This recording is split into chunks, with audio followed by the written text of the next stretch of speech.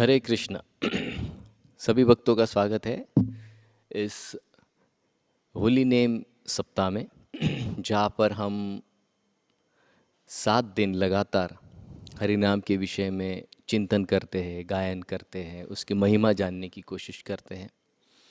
और इस्कॉन इस संस्था की तरफ से ये पूरे विश्व में दिखाया जाता है। तो विश्व के हमारे जितने भी 600 साढ़े 600 केंद्र हैं, वहाँ पर दिन भर अनेकों अनेक भक्त एक तो जप करते हैं या दिन भर कीर्तन करते हैं और इस तरीके से हरि नाम का गुणगान करते हैं। तो इसे वर्ल्ड होली नेम वीक कहा जाता है।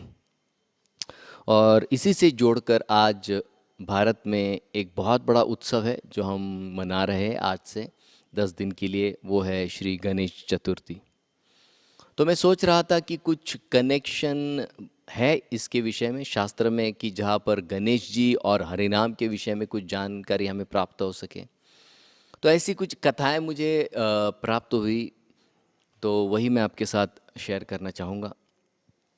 तो गणेश जी को हम विद्या के देवता मानते हैं, साथ ही साथ वे हमारे लिए विघ्न विनाशक, हमारे जीवन में आने वाले विघ्नों का भी वो नाश करते हैं। तो ये दो सेवाएं वे हमें प्रदान करते हैं उनकी शक्ति के माध्यम से। तो श्री गणेश जी ये श्री गुरु के प्रतिनिधित्व है, यानी हमारे जो गुरुजन हैं वो गणेश जी के प्रतिनिधि हैं।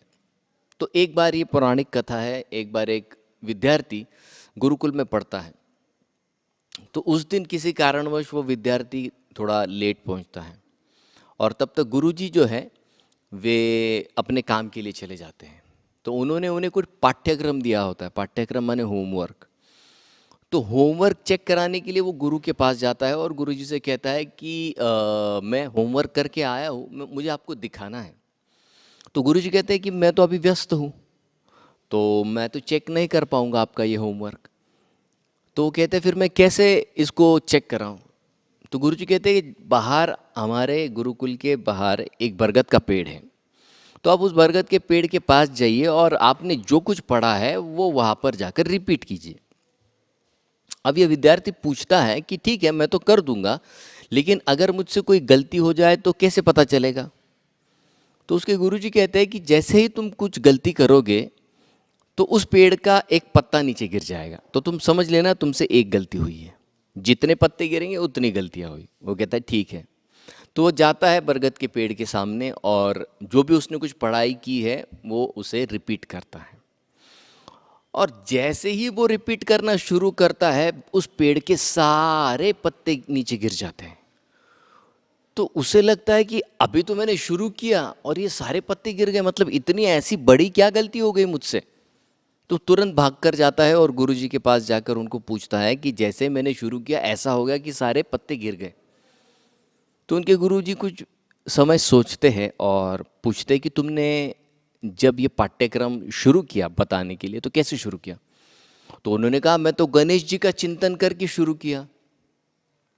तब उनके गुरुजी कहते हैं कि हाँ यही गलती तुमने की है, कि विद्या ये हमें गुरु से प्राप्त होती है, इसके लिए कभी भी हमें सबसे पहले गुरु का चिंतन करना चाहिए, न कि जो गुरु जिन देवता के प्रतिनिधि है उनका।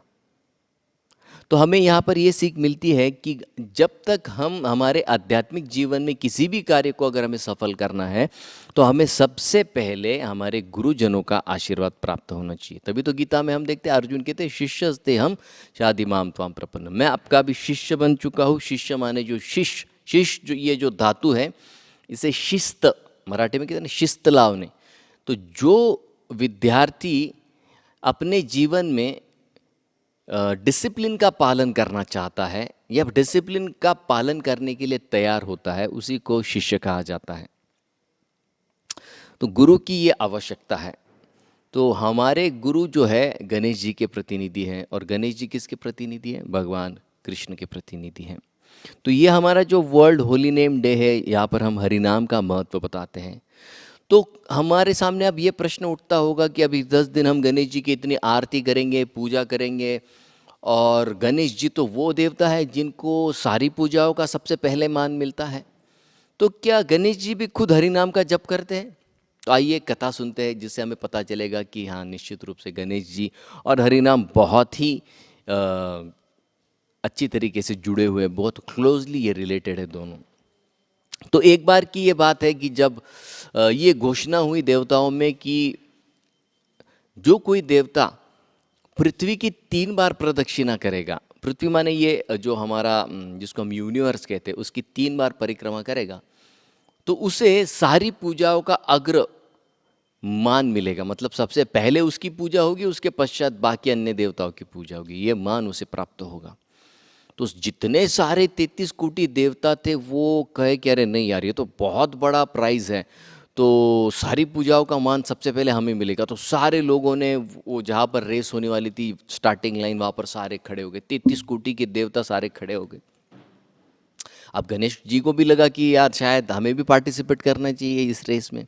तो वो उनके पिताजी के पास गए और उनके पिताजी को उन्होंने पूछा कि क्या मैं इस रेस में पार्टिसिपेट करूं? तो उनके पिताजी ने कहा हाँ बिल्कुल कीजिए। तो उन्होंने कहा कृपया मुझे आशीर्वाद दीजिए कि मैं ये रेस जीत सकूं। तो उन्होंने कहा ठीक है, आप जाइए, मेरा आशीर्वाद आपके साथ है। तो अब सारे जो देवता है अपने अपने वाहनों को लेकर खड़े हैं। किसी के पास मोर है, तो किसी के पास हंस है, तो किसी के पास ऐसे अलग अलग अपने वाहनों पर सारे लोग खड़े हैं। और जैसे ही हमारे रेस में होता है ना, on your mark get set go, तो जैसे ही वो शब्द आया तो सारे देवी देवता भागने लगे अपने अपने वाहनों पर, और हमारे गणेश जी भी उसमें थे। अब गणेश जी का एक बड़ा प्रॉब्लम है। क्या प्रॉब्लम है? वो तो बहुत हेल्दी है, लड्डू खाते, लड्डू बहुत पसंद है, इतना बड़ा तो उनका पेट है। और उनका जो वाहन है वो तो बहुत छोटा है। और छोटा तो छोटा, बड़ा चंचल है, बीच में कुछ खाने के लिए मिल जाए तो वहाँ चला जाता है। अब ऐसी स्थिति में क्या चांसेस थे कि गणेश जी रेस जीत पाए? बड़ा मुश्किल था। और वो उन्होंने देखा कि सारे देवी देवता बड़ी तेजी से भाग रहे और प्रदक्षिणा करने के लिए यहाँ वहाँ जा रहे हैं। और जब सारे देवी देवता निकले तो सामने से उन्होंने देखा कि वहाँ से नारद मुनि आ रहे हैं। अब सारे देव देवताओं को डर लग गया, क्योंकि नारद मुनि तो ये तो देवताओं के ऋषि है, देव ऋषि कहा जाता है। अब अगर इनको प्रणाम न करे तो अपराध हो जाएगा, और अगर रुक गए तो फिर रेस हार जाएंगे। तो ऐसी दुविधा में सारे 33 कोटि की जो देवता है, तो उनको लगा कि क्या करना चाहिए, क्या करना चाहिए। तो उनके मन में एक विचार आया कि वैसे भी नारद मुनि बड़े भोले हैं, तो आप क्या करेंगे, अब उनको ऐसे दिखाएंगे कि हमने आपको देखा नहीं, और बाद में आएंगे और उनसे माफ़ी मांग लेंगे, तो वो क्या बड़े मन के हैं तो माफ़ कर देंगे। ठीक है, तो सारे देवी देवता वहाँ से चले गए। तो सारे देवी देवता चले गए और धीरे धीरे पीछे से कौन आ रहे हैं? हमारे गणेश जी। अब गणेश जी ने देखा कि नारद मुनि वहाँ से सामने से आ रहे हैं, तो अब उनको लगा कि अरे इतने बड़े देव ऋषि है, भगवान के इतने बड़े भक्त हैं, कम से कम प्रणाम करने के लिए तो रुकना चाहिए। तो वो वहाँ पर रुके, उतरे, उन्होंने प्रणाम किया नारद मुनि को, और नारद मुनि से कहा कि हमारी ये रेस चल रही है और हम आपसे आशीर्वाद मांगते हैं। तो नारद मुनि ने कहा मैं आपको आशीर्वाद दूंगा, लेकिन मेरा आशीर्वाद देने की तरीका बहुत अलग है। तो उन्होंने, कैसे देते आप आशीर्वाद? वो कहते कि मैं भगवान की कथा करके आशीर्वाद देता हूँ। तो गणेश जी तो पड़ गए फेर में, बोले अगर यहाँ कथा चालू हो गई तो रेस तो कब की खत्म हो जाएगी। लेकिन उन्होंने सोचा कि इतने बड़े परम वैष्णव हैं, 12 महाजनों में से एक है, क्या हर्ज है, रेस तो होती रहेगी, चलती रहेगी, चलो कथा सुन लेते। तो उन्होंने कहा ठीक है, मुझे रेस से कुछ लेन देन नहीं, आप मुझे कथा बताइए भगवान कृष्ण के विषय में, भगवान राम के विषय में। बोले ठीक है बैठो। तो दोनों बैठ जाते हैं, और दोनों जैसे बैठते हैं तो वहाँ पर नारद मुनि कहते हैं, अंदर की बात बताते हैं, और नारद मुनि उनको कहते हैं कि वास्तविक रूप से मैं यहाँ पर आने का एक कारण ये था कि मुझे ये रेस जीतने का शॉर्टकट पता है। तो गणेश जी को बड़ा अच्छा लगता है कि अरे शॉर्टकट पता है आपको, तो हाँ बताइए आप मुझे क्या शॉर्टकट है। तो कहते ठीक है चलो हम चर्चा करते हैं। ठीक है, मैं कुछ प्रश्न पूछूंगा, उसका आप उत्तर दीजिए। गणेश जी कहते ठीक है मैं उत्तर दूंगा आपको। तो पहला प्रश्न वो पूछते हैं कि बताइए प्रकृति जो है ये किन 3 मुख्य घटकों से बनी हुई है? 3 ऐसे कौन से प्रमुख घटक है जिनके बगैर प्रकृति नहीं चल सकती? ऐसे कौन से 3 तत्व हैं?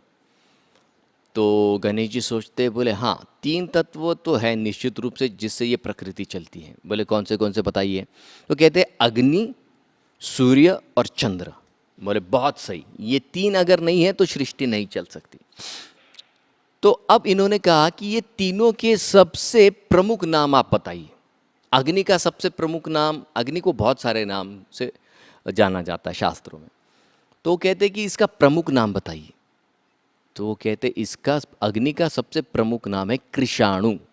अग्नि का क्या प्रमुख नाम है? कृषाणु। बोले बहुत सही। बोले सूर्य का सबसे प्रमुख नाम क्या है? फिर वो कहते सूर्य का सबसे प्रमुख नाम है भानु। बोले बहुत सही। और चंद्र का सबसे प्रमुख नाम क्या है? वो कहते हैं वो शीतल होने के कारण उसे हिमकर कहा जाता है। बोले बहुत सही, ठीक है। बोले अगर कृषाणु की जगह मैं किशाणु कहूँ तो इसका कोई मतलब होगा? बोले नहीं, इसका तो कोई मतलब नहीं होता है। बोले ठीक है। तो ऐसा कौन सा शब्द है जो किशाणु को कृषाणु बनाता है? तो वो कहते हैं र। बोले बहुत सही, ठीक है। बोले अगर भानु की जगह मैं भनु कहूँ तो क्या उसका कुछ मतलब होता है? बोले नहीं। तो बोले ऐसा कौन सा शब्द है जो भनु को भानु बनाता है, महत्वपूर्ण बनाता है? तो वो कहते हैं आ। बोले बिल्कुल सही। बोले हिमकर की जगह मैं हिकर कहूँ तो क्या उसका कुछ मतलब निकलेगा? बोले नहीं, बिल्कुल नहीं। तो बोले ऐसा कौन सा शब्द है जो हिकर को हिमकर माने महत्वपूर्ण शब्द बनाता है? तो वो कहते हैं म। बोले बिल्कुल सही। तो अब ये तीन शब्दों को आप मिलाइए और बताइए क्या नाम बनता है? र, आ, म। तो कहते हैं तो राम बन गया। बोले बिल्कुल सही। तो उन्होंने कहा, फिर नारद मुनि कहते हैं कि ये राम नाम से ही सृष्टि बनती है। तो बोले हाँ, ये बात तो सही कही आपने, ये सारी सृष्टि जो बनी है ये राम के माध्यम से ही बनी है। तो सृष्टि के निर्माता तो भगवान राम है। तो बोले आपको क्या करना है, अगर पृथ्वी की प्रदक्षिणा करनी है तो आप राम की प्रदक्षिणा कर लीजिए। तो अब गणेश जी फिर से पड़ गए फेर में। बोले राम को कहाँ ढूंढेंगे? तब वो कहते हैं अरे नाम और नामी अभिन्नत्व नाम नामिनो, नामी और नाम अलग अलग नहीं है। तो आप क्या कीजिए, आपकी सूंड से यहाँ पर पृथ्वी पर राम लिखिए। और वो अपनी सूंड से राम लिखते हैं। और वो अब तब नारद मुनि कहते हैं 3 बार इसको प्रदक्षिणा लगाइए। और जैसे ही पहली प्रदक्षिणा लगाते हैं तो गणेश जी को दिखाई पड़ता है कि सारे देवता उनके पीछे हैं, ये सबसे आगे है। इस तरीके से पूर्ण 3 परिक्रमा करते हैं राम नाम को, और सबसे पहले विजेता जो हो जाते हैं हमारे गणेश जी। और इस तरीके से किसी भी पूजा में जो सबसे पहला मान दिया जाता है गणेश जी का, वो दिया जाता है गणेश जी को। क्यों? क्योंकि उन्होंने राम नाम की साधना की है, हरि नाम की साधना की है। हरि नाम को उन्होंने प्रमुख स्थान अपने जीवन में दिया है। तो 4 चीज़ें हमें यहाँ से सीखनी है कि अगर आप हरि नाम को अपने जीवन में प्रमुख स्थान देंगे तो आप जितनी भी भौतिक कार्य, ये भौतिक कार्य है, देवी देवताओं को जो प्रमुखता चाहिए थी वो क्या, एक भौतिक कार्य है, तो आप निश्चित रूप से आपके भौतिक कार्य में सफल होंगे। आपको बड़ा व्यक्ति बनना है, बहुत पैसे कमाने, ये सारी चीज़ें आपको हरिनाम आराम से प्राप्त करा दे सकता है। जैसे यहाँ पर हमारे गणेश जी की ये जो इच्छा है वो हरिनाम ने पूर्ण कर दी, राम के नाम ने पूर्ण कर दी। दूसरा, वो आपको बहुत प्रमुख बना सकता है, जैसे यहाँ पर प्रमुख जो स्थान है देवताओं में गणेश जी को प्राप्त हुआ। तीसरा, इनको कई सारे देवताओं ने रोकने की कोशिश की, तो चूंकि इनके पास भगवान की शक्ति साथ में थी तो इन्हें कोई रोक नहीं पाया, इसलिए हमेशा विजेता बने रहे। तो अगर आप हरिनाम ले रहे तो लोग रोकने की कोशिश जरूर करेंगे, लेकिन भगवान की शक्ति साथ में होने के कारण आपको कोई नहीं रोक पाएगा। और चौथी बात है कि भगवान के नाम को रटने के कारण हमें, हमारे जो गणेश जी है उनको सारे शास्त्र लिखने की शक्ति भगवान राम ने प्रदान की। और तभी हम देखते हैं कि व्यासदेव जी बोल रहे थे और गणेश जी सारे शास्त्रों को नोट डाउन कर रहे थे। ये गणेश जी की शक्ति है। लेकिन जानने का मुद्दा क्या है कि ये शक्ति उनको कहाँ से मिली? राम नाम के जप से मिली, राम नाम के प्रभाव से मिली है।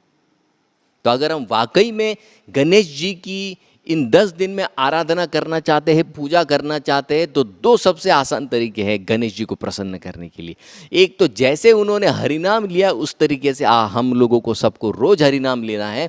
और दूसरा, उन्होंने जो सारे ग्रंथ लिखे हैं, जैसे उन्होंने गीता लिखी, उन्होंने महाभारत लिखा, उन्होंने भागवत लिखा, उन्होंने अन्य पुराण लिखे, ये सारे शास्त्र गणेश जी द्वारा रचित हैं। तो तो ये शास्त्रों का अध्ययन और हरि नाम का रोज जप, हरे कृष्ण कृष्ण कृष्ण हरे हरे, हरे राम राम राम हरे हरे, ये अगर दो चीज़ें करेंगे तो निश्चित रूप से गणेश जी हमारी सारी सेवाओं को स्वीकार करेंगे और निश्चित रूप से बहुत प्रसन्न होंगे। अब कल है ऋषि पंचमी। अब कई लोगों को पता ही नहीं ऋषि पंचमी के दिन करना क्या होता है। महिलाएं खास करके क्या करती है, ऋषि पंचमी किसके लिए करती है? अच्छा पति मिले, अच्छा ये मिले, अच्छा वो मिले, अच्छी संतान मिले। लेकिन वास्तविक में जो सप्त ऋषि है उनका पूजन इस दिन पर होता है। तो 7 ऋषि कौन से है? कश्यप, अत्रि, भरद्वाज, विश्वामित्र, गौतम, जमदग्नि और वशिष्ठ। तो क्या विशेष है इन ऋषियों में? इन ऋषियों से ही सारे गोत्र बनते हैं। गोत्र माने वंश, और एक ही गोत्र के 2 व्यक्ति, स्त्री या पुरुष, शादी नहीं कर सकते, वरना उनमें जेनेटिक प्रॉब्लम आते हैं। तो अलग अलग गोत्रों में शादी करनी पड़ती है। तो कल जब हम ये ऋषि पंचमी बनाएंगे, अगर उस ऋषि पंचमी में अगर हमने भगवान विष्णु, भगवान कृष्ण या भगवान राम की स्तुति नहीं की, हरि की स्तुति नहीं की, तो ऋषि पंचमी की जो उपासना है वह अधूरी रह जाती है। ये शास्त्रोक्त है। अगर सही मायने में आपको आपके गोत्र को बढ़ाना है, आपके वंश को बढ़ाना है, तो आपको इन ऋषियों की प्रसन्नता के लिए यह हरि नाम का जप करना अत्यंत अत्यंत अनिवार्य है। तो अब हमने देखा कि गणेश जी तो हरि नाम का जप करते हैं, तो क्या इनके पिता भी हरि नाम का जप करते हैं? क्या इनके पिता भी हरि नाम लेते हैं? तो शिव अष्टक ये जो है ये आदि शंकराचार्य जी ने लिखा है और साथ साथ हमारे चैतन्य महाप्रभु ने भी लिखा है। इसमें ये जो 6ठा श्लोक है इसमें बताया जाता है भगवान शंकर क्या करते हैं दिन भर। आप जानना चाहेंगे भगवान शंकर दिन भर क्या करते हैं? श्री राम गोविंद मुकुंद शौर्य, श्री कृष्ण नारायण वासुदेव, इत्यादि नामामृत पानमत्त, भृंगादपीदु अखिल दुख हंत्री। तो वो कहते हैं श्री राम गोविंद मुकुंद शौर्य, श्री कृष्ण नारायण वासुदेव इत्यादि, ये जितने सारे हरि के नाम हैं, नामामृत पान मत्त, इस नाम के अमृत को पीने में मत्त रहते हैं हमारे भगवान शंकर। तो कहने की बात क्या है? भगवान शंकर किसके नाम का जप करते हैं? श्री हरि के, श्री कृष्ण के नामों का जप करते हैं। और क्या उपमा दी गई है उनको? भृंगादपि, भृंग माने भौरा होता है ना, एक एक पेड़ पर जाकर वहाँ से जो हनी है उसको इकट्ठा करता है। तो भृंग अधिप माने ये सारे हरि नाम के जो भौरे रूपी भक्त है, जो पान करना चाहते हैं मधु को, इसके ये अधिप है, यानी सर्वश्रेष्ठ हरि नाम के पान करने वाले ये ऐसे भक्त हैं। इसके लिए कहा गया है भृंग अधिप अखिल दुख हंत्री, और स्वयं हरि नाम का जप करके सारे लोगों के दुखों को हरण कर लेते हैं। जैसे हमने देखा अष्टम स्कंद में ये कथा आती है देवासुर संग्राम की, जिसमें जब देवासुर संग्राम होता है और मंथन होता है तो सबसे पहले क्या निकला था वहां से? हलाहल निकला। और जब हलाहल निकला तो किसने पान किया? किसने पान किया? यही हमारे भगवान शंकर आए थे, अखिल दुख हंत्री, सारे दुखों का हरण करने वाले हमारे भगवान शंकर वहां पर आए थे। तो कई बार लोग प्रश्न पूछते, तो इतना हलाहल ये इन्होंने पिया तो इनको तकलीफ नहीं हुई? जो सारे विश्व को जला रहा था, तो क्या भगवान शंकर ने जब ये इसका पान किया तो इनको तकलीफ नहीं हुई? निश्चित रूप से हो सकती थी, लेकिन श्री राम गोविंद मुकुंद शौर्य, तो तुकाराम महाराज उनके अभंग में लिखते हैं, उनके जिह्वा पर राम नाम की रट लगी थी, तो ये राम नाम ने सारे जो उगलते हुए ऐसे विष की सारी शक्ति को हरण कर लिया, और वही विष जाकर उनके गले में उनका आभूषण बन गया, इसलिए उनका नाम हो गया नीलकंठ। तो किसकी शक्ति थी ये राम नाम की शक्ति से हुआ। ये तुकाराम महाराज स्वयं अपने अभंग में लिखते हैं कि राम नाम की शक्ति से वही हलाहल पूरी तरह से ठंडा हो गया और एक नीली रेखा, एक आभूषण बनकर उनके गले पर उन्होंने धारण कर ली। तो अभी हमने गणेश जी की बात की, उनके पिताजी की भी बात की तो दोनों पिता पुत्र तो भगवान कृष्ण के नाम का रट लगाते हैं, राम के नाम का रट लगाते हैं। तो माता तुकाराम महाराज उनके अभंग में लिखते हैं कि इसी राम नाम की दीक्षा माता पार्वती को भगवान शंकर ने दी है, तो वो भी राम नाम का जप करती है। तो एक दिन की बात है जब माता पार्वती ने देखा कि भगवान शंकर आंख बंद करके विष्णु सहस्त्र नाम का जाप कर रहे हैं, विष्णु के नामों का जाप कर रहे हैं। तो वो कहती है तो सहस्त्र नाम इसको लेते लेते कितना समय हो जाएगा। तो जैसे एक माँ अपने पुत्रों के प्रति बड़ी दयालु होती है, कृपालु होती है, तो यही उनके मन में भाव उठा कि आप तो कर सकते हैं लेकिन कलयुग में मेरे जो बच्चे हैं वो इतना नाम का जप नहीं कर पाएंगे, कोई शॉर्टकट है क्या।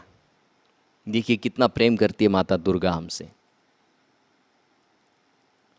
तो वो अपने पति को कहती है कोई शॉर्टकट बताइए ताकि बच्चे बैठे बैठे चलते चलते घूमते फिरते कहीं पर भी कैसी भी जगह पर या आप नाम ले सकते और वो भी शुद्ध होकर भगवत धाम की प्राप्ति कर सकते। तब ये बहुत प्रसिद्ध श्लोक है, हम सब लोग जानते हैं। तब वो कहते हैं, भगवान शंकर उत्तर में कहते हैं, राम राम रामेति रमे रामे मनोरमे, कि अगर कोई राम नाम का जप कर ले, सहस्त्र नाम तुल्यम, एक जगह सहस्त्र विष्णु के नाम और एक जगह एक राम नाम बराबर है। तो अगर किसी को शॉर्टकट में विष्णु सहस्त्र नाम गाना है तो भगवान शंकर कह रहे राम राम रामेति रमे रामे मनोरमे सहस्त्र नाम तुल्यम राम नाम वरानने। वो राम नाम के जप का शुरुआत कर दे, हरे कृष्णा कृष्णा कृष्णा हरे हरे, हरे राम राम राम हरे हरे। यही तो हमें प्रभुपाद जी ने दिया है, हरे कृष्णा हरे राम, वही तो हम लोग करते हैं। ये तो वास्तविक रूप में तो हम सब माता दुर्गा, गणेश जी और भगवान शंकर के सही मायने में भक्त हुए, क्योंकि हम वो जो करते हैं वही हम करते हैं। तो हम वाकई वास्तविक रूप में उनके भक्त हैं। गणेश जी ने जितने सारे पुराण लिखे, हम लोग उन सब पुराणों में से सबसे जो श्रेष्ठ पुराण है श्रीमद् भागवत, उसका हम पठन करते हैं। तो इसी महीने में भद्र पूर्णिमा, ये जो आने वाली पूर्णिमा है, उस दिन भागवत समाप्त हुआ था। सबसे पहली जो भागवत कथा है वो समाप्त हुई थी। और ऐसा कहते हैं कि जिस दिन, उस दिन अगर उस भद्र पूर्णिमा के दिन अगर कोई भागवत किसी को दान देता है तो भागवत के 12वें स्कंद में ये बात कही गई है सुखदेव गोस्वामी के मुख से कि वो व्यक्ति वैकुंठ का निवासी 100% बनेगा, माने बनेगा, वैकुंठ का अधिकारी बनेगा। सिर्फ क्या करना है, आपको एक योग्य व्यक्ति को देखना है और उसे भागवत दान देना है। आप उससे लक्ष्मी भी ले सकते हैं डोनेशन में, कोई दिक्कत नहीं, लेकिन भागवत उस दिन आपको दान करना है। तो ये शक्ति है। ये भागवत किसने लिखा हुआ है? ये भागवत हमारे गणेश जी ने लिखा हुआ है। तो अगर हम सही मायने में गणेश चतुर्थी का उत्सव मनाना चाहते हैं तो भागवत पढ़िए, गीता पढ़िए, ये उनकी देन है हमारे लिए।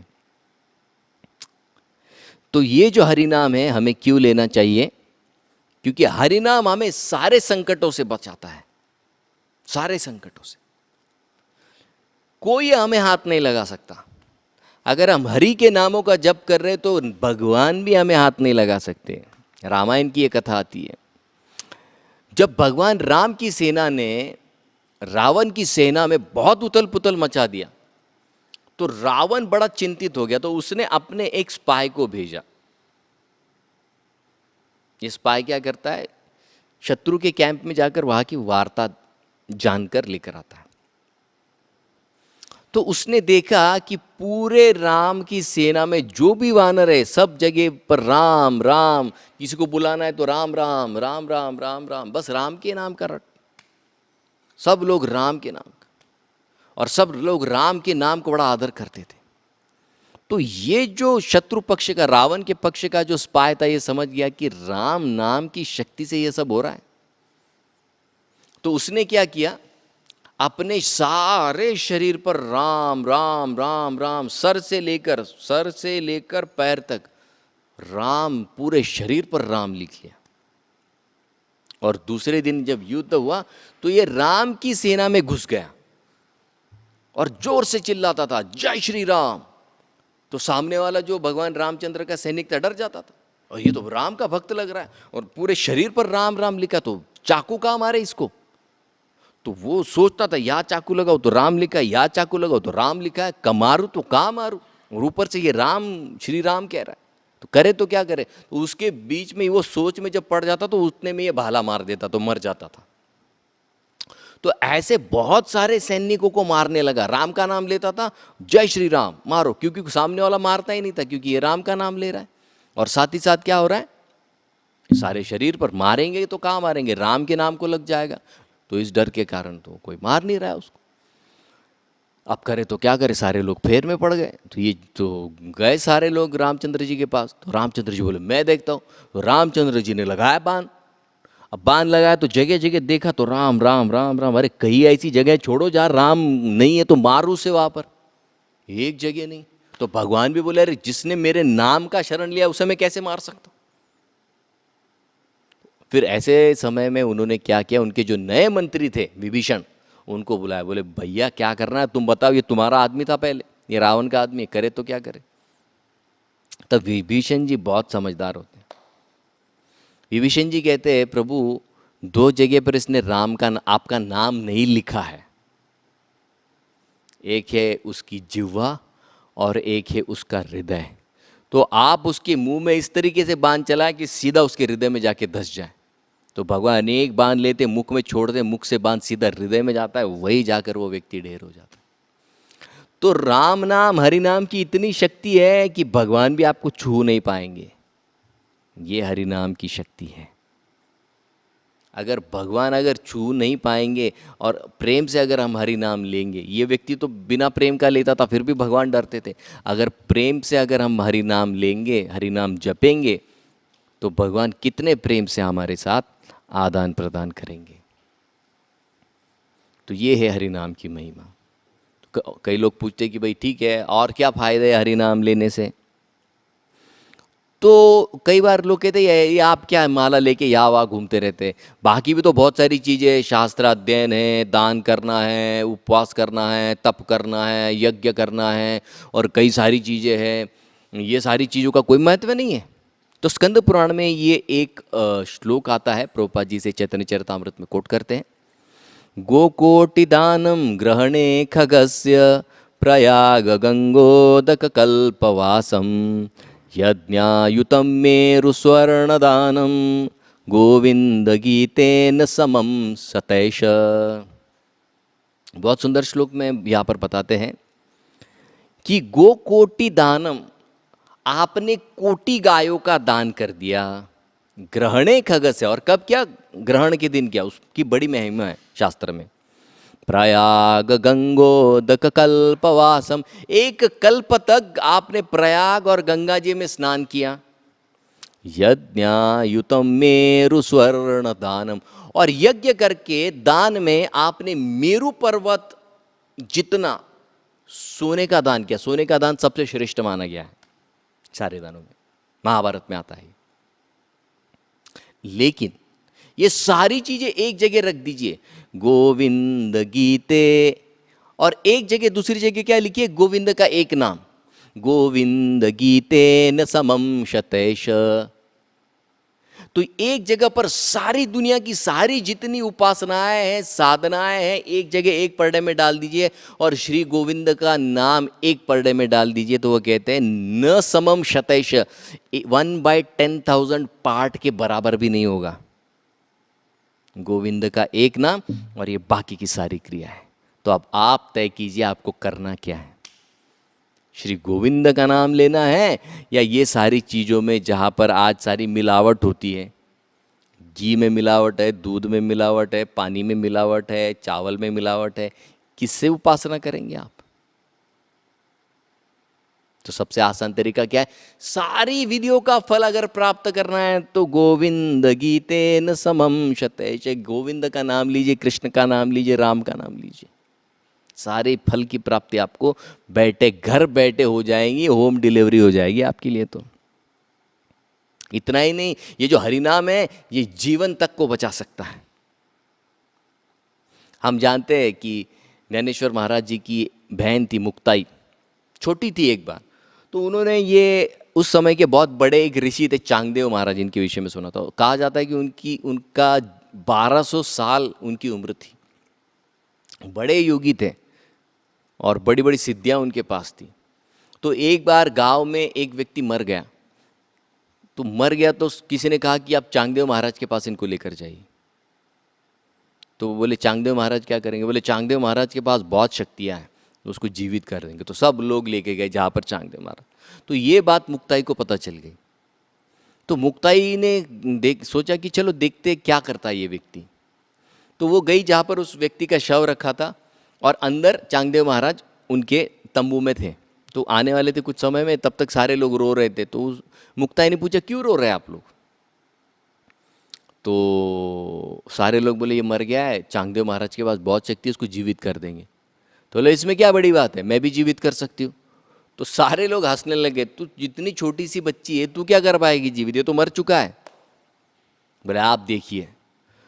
तो आपको यकीन नहीं होगा, मुक्ताई ने जोर से उस व्यक्ति के कान में कहा राम कृष्ण हरि, और जैसे ही वो जोर से चिल्लाई राम कृष्ण हरि उस व्यक्ति के कान में, वो मरा हुआ व्यक्ति वही जीवित हो गया। और वो जो छोटी मुक्ताई थी उसने जैसे देखा कि ये व्यक्ति जीवित हो गया, वो भाग गई वहां से। और जब हमारे चांगदेव महाराज को ये बात पता चली तो उन्होंने कहा कि ये कौन लड़की है जिसने हरि नाम का उच्चारण करते हुए मरे हुए व्यक्ति को जीवित कर दिया। अब आप कहेंगे तो ये आप मरे हुए व्यक्ति के कान में बोलेंगे तो ये जिंदा हो जाएंगे। अगर आप मुक्ताई की तरह शुद्ध है 100% हो जाए, अगर नहीं है तो उसका उतना काम नहीं होगा। शुद्धता की ज़रूरत होती है। हरि नाम, मरे हुए को तो क्या यमराज के घर से भी लेके आएंगे, इतनी ताकत हरि नाम में है। मरे हुए को भी जीवित कर दिया हरि नाम ने। और हरि नाम क्या करता है? हरि नाम हमारे हृदय को भी शुद्ध कर देता है। तुकाराम महाराज के बहुत सुंदर अभंग है। सोंग सांदी पनी तरी करू शुद्ध वाणी, तुका मने खळ करी समय निर्मळ। तो कहते अगर कोई हरि नाम का जप करेगा तो अगर कितना भी खल होगा तो उसको निर्मल कर देगा हरि नाम। जैसे चाइना में एक बहुत बड़ा फेस्टिवल होता है, तो चाइना के वो फेस्टिवल में हजारों हजारों की संख्या में कुत्तों को मारा जाता है, क्योंकि वहाँ पर कुत्ते का मांस बड़ा फेमस है। हजारों लाखों की संख्या में कुत्तों को मारा जाता है। तो वहाँ पर वो फेस्टिवल होता है जहाँ पर कुत्ते का मांस बांटते हैं और शराब पीते हैं लोग। तो हमारे चाइना के एक ब्रह्मचारी हैं, वो पहले ये सब करते थे लेकिन बाद में भक्त बन गए तो सब छोड़ दिया उन्होंने। वो ब्रह्मचारी है वहाँ पर चाइना में। तो वो ये फेस्टिवल में जाते हैं और क्या करते हैं, मृदंग करताल लेते हैं और जोर जोर से गौरांग नित्यानंद और हरे कृष्ण महामंत्र का जप करते हैं। और सब लोग उनके पीछे पीछे हरे कृष्ण महामंत्र, उनको कुछ पता नहीं कि अच्छा लगता है डांस करना, गाना तो गाते हैं। तो इस तरीके से सोचिए कितने सारे भक्त आज चाइना में बन गए जिन्होंने सारी चीज़ें, गंदी खानी चीज़ें छोड़ दी है। क्यों? हरिनाम का प्रभाव। तुका मने खळ करी समय निर्मळ, तो हृदय को निर्मल करने की शुद्धता इसमें है। गाढवाचे घोडे करू आम्ही दृष्टि पुढे। तुकाराम महाराज क्या कहते हैं, हम गधे को भी घोड़ा बना सकते हैं अगर कोई हरिनाम का जप करने के लिए तैयार है तो। घोड़ा किसको कहते हैं? गोस्वामी, जिस व्यक्ति ने अपने इंद्रियों को नियंत्रण में रखा। गधा कौन है? जो गधी के पीछे भागते रहता है। ये अंतर है। तुकाराम महाराज कहते हैं गधे का भी घोड़ा बना देंगे हम अगर वो हरि नाम का जप करते। और अब अंत में सबसे महत्वपूर्ण प्रश्न, कई बार कहते हैं कि हम हरि नाम लेते हैं, क्यों लेते हैं? क्योंकि हमें भगवान कृष्ण का प्रेम प्राप्त करना है। तो हरि नाम और कृष्ण प्रेम का क्या संबंध है? तो तुकाराम महाराज बड़ी सुंदरता से ये बताते हैं कि ये कृष्ण प्रेम रहता कहाँ है, ये कृष्ण प्रेम मिलेगा कैसे। एक सुंदर से अभंग में उन्होंने सारी चीजें क्लियर कर दी है। गौर से सुनिए, बहुत सुंदर अभंग है। तुकाराम महाराज बताते हैं, प्रेम तेथे वास करी जेथे मुखे उच्चारिता हरि। जहां पर हरि नाम का उच्चारण हो रहा है वहां पर हरि का प्रेम वास करता है। प्रेम तेते वास करी जेते मुखे उच्चारिता हरि।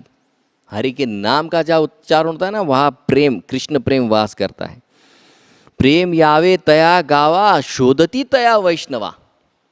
और ये जो प्रेम है ढूंढते ढूंढते कहाँ पर आता है, जहाँ पर वैष्णव साथ में बैठकर हरि कथा और हरि नाम लेते हैं। देखिए, प्रेम ढूंढते ढूंढते आता है। वैष्णवा शोधती तया गावा, उसके गांव को ढूंढते ढूंढते कृष्ण प्रेम वहां पर आता है। प्रेम पाठी लागे बड़े, भक्त देखुनिया भोले। क्यों आता है? क्योंकि वो जानता है कि ये सारे भक्त बड़े भोले भाले हैं। तो भक्तों को भोला देखकर कृष्ण प्रेम को प्राप्त करने की लालसा जिनके हृदय में जागृत है, ऐसे भक्तों के पीछे लागे पाठी बड़े, जबरदस्ती पड़ जाता है। जैसे कोई लड़का या लड़की किसी के प्रेम में जबरदस्ती पड़ जाते हैं, उस तरीके से। तो ये प्रेम जो है भक्तों के पीछे लग जाता है। भक्त कहेंगे नहीं चाहिए, तब भी लग जाता है। जैसे दारुक भगवान कृष्ण के सारथी, तो एक बार दारुक भगवान कृष्ण को चामर कर रहे थे और भगवान का ऐसा सुंदर रूप देखकर उनके आंखों में ऐसे अष्ट विकार आ गए। तो वो रोक रहे थे, कोस रहे थे, नहीं चाहिए ये प्रेम नहीं चाहिए। क्यों? क्योंकि मेरे प्रभु की सेवा में मेरे दिक्कत हो रही है, मैं देख नहीं पा रहा हूँ भगवान को, सेवा नहीं हो पा रही, चामर नहीं कर पा रहा हूँ। प्रेम इतना पीछे पड़ जाता है भक्तों के, जहाँ पर हरिनाम हरि कथा का उच्चारण होता है। प्रेम पाठी लागी बड़े, भक्त देखुनिया बोले। प्रेम न जानी दड़विती, प्रेम न जावी दड़विती, शिरे बड़े जेते हरि कथा। तो आप अगर उसे मार मार कर भी भगा दोगे तो भी हरिनाम नहीं जाएगा। शिरे बड़े जेती हरि कथा, वो बैठा रहेगा वहां पर। जो कृष्ण प्रेम है वो बैठा रहेगा वहां पर, जाएगा नहीं कृष्ण प्रेम वहां से। आप जबरदस्ती भी ढक्कल दोगे उसको तो नहीं जाएगा, बोलेगा नहीं मैं यही बैठूंगा आप लोगों के साथ। तो ये है हरिनाम की कथा, ये है हरिनाम की महिमा। तुका मणे धरी आशा, प्रेम घरी विष्णुदासा। तो ये जो कृष्ण प्रेम है इसकी क्या आशा है? ये कृष्ण प्रेम की एक ही आशा है कि मुझे किसी विष्णु के दास, किसी कृष्ण के दास के घर पर मुझे वास मिल जाए, तो उसके घर पर रहकर मैं बड़े आनंद से उस भक्त की सेवा करूंगा। तो इसी तरीके से ये जो कृष्ण प्रेम है वहीं पर प्राप्त होगा जहाँ पर सारे हरि के भक्त हरि के नाम और हरि के गुण रूप लीला का चिंतन मनन और श्रवण करेंगे और गायन करेंगे, वही हरि नाम आपको प्राप्त हो जाएगा। और कहीं जाने की ज़रूरत नहीं। प्रभुपाद जी ने जो कहा है ना, 99% of the progress in Krishna consciousness depends upon chanting. लेकिन कौन सा चैंटिंग? भक्तों के संग में किया चैंटिंग, तभी आपको 99.9% प्रोग्रेस मिलेगा, वरना बहुत मुश्किल है। बहुत बहुत धन्यवाद। ये आपने संधि जो मुझे दी कृष्ण कथा और कृष्ण के नाम की महिमा गाने के लिए, तो सभी भक्तों का मैं बहुत बहुत आभारी हूँ। हरे कृष्णा। शील प्रभुपाद की जय। हरि नाम प्रभु की जय।